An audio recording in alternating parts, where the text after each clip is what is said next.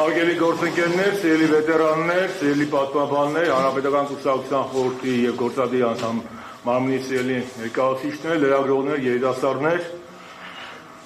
Հայաստանի Հանրապետության երրորդ նախագահ, Հայաստանի Հանրապետական կուսակցության նախագահ Սերժ Սարգսյանի հանձնարարականով և Հայաստանի Հանրապետական կուսակցության գործադիր մարմնի որոշմամբ այսօր ապրիլի 19-ին Հայաստանի Հանրապետական կուսակցության քաղաքական, քարոզչական և հոգևոր մշակութային հանձնաժողովների միացյալ ջանքերով կազմակերպվել է կլոր սեղան համաժողով նվիրված հայ ժողովրդի ավանդին երկրորդ աշխարհամարտում ֆաշիզմի դեմ տարած հաղթանակում։ Ինչու ենք մենք որոշել նման միջոցառում կազմակերպել և ինչ կապ ունի հայ ժողովուրդը այդ հաղթանակի հետ։ Պետք է նշեմ, որ մեր որոշման հիմքում ընկած է այս պատերազմի հայնական լինելու հանգամանքը։ 41-45 թվականի պատերազմը հայ ժողովրդի համար հիրավի եղել է հայրենական։ 600,000 հայորդիներ մեկնել են ռազմաճակատ։ Նրանցից 300,000-ը իր նահատակությունն է կնքել ռազմաճակատում։ Ֆաշիզմի դեմ տարած հաղթանակում մեծ է եղել սփյուռքահայության դերը, մեծ է եղել հայ առաքելական սուբեկեղեցու դերը։ Հարց է առաջանում, ինչի է հայ ժողովուրդը նման ոգևորությամբ պաշտպանել ֆաշիզմի դեմ պայքարը։ Պատասխանը շատ պարզ է։ 1915 թվականին ցեղասպանությունից մազապուրտ եղած հայությունը 1939 թվականից սկսած, երբ սկսվեց երկրորդ աշխարհամարտը, կանգնած էր նոր ցեղասպանության սպառնալիքի եզրին։ Ակնհայտ է, որ քեմալական Թուրքիան այդ ժամանակաշրջանում համարվում էր նացիստական Գերմանիայի դաշնակիցը և Խորհրդային Միության պարտության դեպքում Թուրքիան շարունակելու էր հայոց ցեղասպանություն նաև Արևելյան Հայաստանում։ Եվ դա եղել է գիտակցված նահատակություն հայ ժողովրդի կողմից։ Գիտակցված։ Ուզում եմ ասել, որ շինականից մինչև ակադեմիկոս, բժշկից մինչև բանվոր հայ ժողովրդի բոլոր հատվածները մասնակցել են այդ հաղթանակին։ Խորհրդային Միության ամեն 5-րդ գեներալ եղել է հայ։ Կրկնում եմ, պատերազմի ժամանակ խորհրդային կարմիր բանակի յուրաքանչյուր 5-րդ գեներալ ազգությամբ հայ է եղել։ Հայ ժողովուրդը տվել է 5 մարշալներ, 4 մարշալ, 1 ծովակալ։ Առանց բացառության նրանցից բոլորն ունեցել են մեծ արցախյան ծագում։ Բաբաջանյանը և Բաղամյանը Չարդախլու, Խամփեյանցը Մերարտակ Զաքարյանը նույն գյուղից են մեծ թաղերից, Իսակովելի Գանձակից, Աղանովներ Ագանովը իհարկե Աստրախանում է ծնվել, բայց էլի ունեցել է արցախյան ծագում։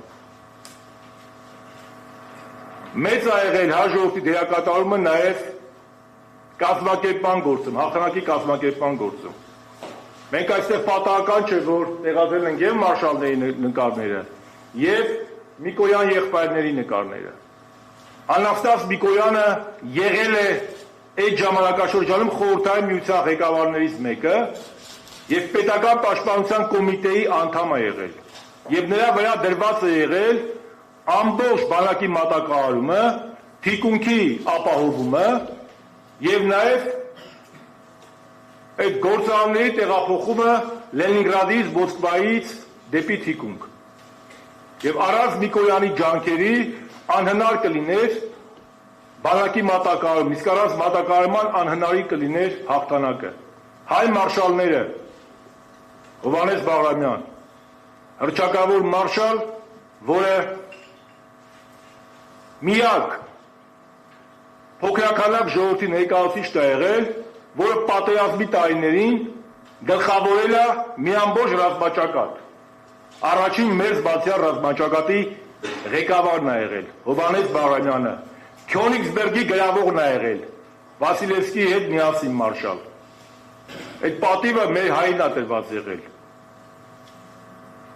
Բերլինի գրավման օպերացիայի ժամանակ անուրանալի է մարշալ Համազատ Բաբաջանի դերը։ Այստեղ ուզում եմ ասել, որ մարշալ Բաբաջյանը սովորական մարշալներ չեն լինում, բայց ինքը սովորական շարքային մարշալ չէր։ Ինքը Խորհրդային Միության բրանիտանկովի войск ոնց համար զրահատանկային главный մարշալ բրանիտանկովի войск զրահատանկային զորքերի գլխավոր մարշալ ամբողջ Խորհրդային Միությունում ընդամենը 2 գլխավոր մարշալ ա եղել զրահատանկային ուժերի։ Մեկը եղել է մարշալ Ռոթմիստրովը, մյուսը եղել է մեր հայազգի հռչակավոր զավակ, Արցախի զավակ Համազատ Բաբաջյանը։ Հաջորդը Ծովակալ Իսակով։ Ուզում եմ իմանալ նաև մեր նոր սերունդը, որ Խորհրդային Միությունը իր ողջ պատմության ընթացքում ունեցել է Խորհրդային Միության ընդամենը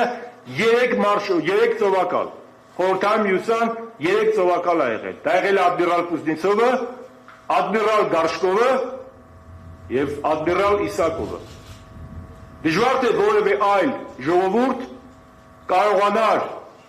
այդքան մեծ դերդրում ունենալ ֆաշիզմի դեմ հաղթանակում։ Սիրելի բարեկամներ, մեծ է նաև հայոց սփյուռքի դերը։ Դիմադրության շարժման մեծագույն ներկայացուցիչ է եղել Միսակ Մանուշյանը, պոետ, թարգմանիչ, որի տաղանդը շատ մեծ գնահատականի արժանացել Ավետիք Իսահակյանի կողմից, որը երկրորդ աշխարհամարտի ժամանակ ոչ թե բռնեց կապիտուլյանտ Պետենի ուղին, այլ բռնեց դիմադրության շարժման Շարլ դե Գոլի ուղին։ Այսօր մենք ունենք նույն ընտրությունը, ընտրենք Մանուշյանի ճանապարհը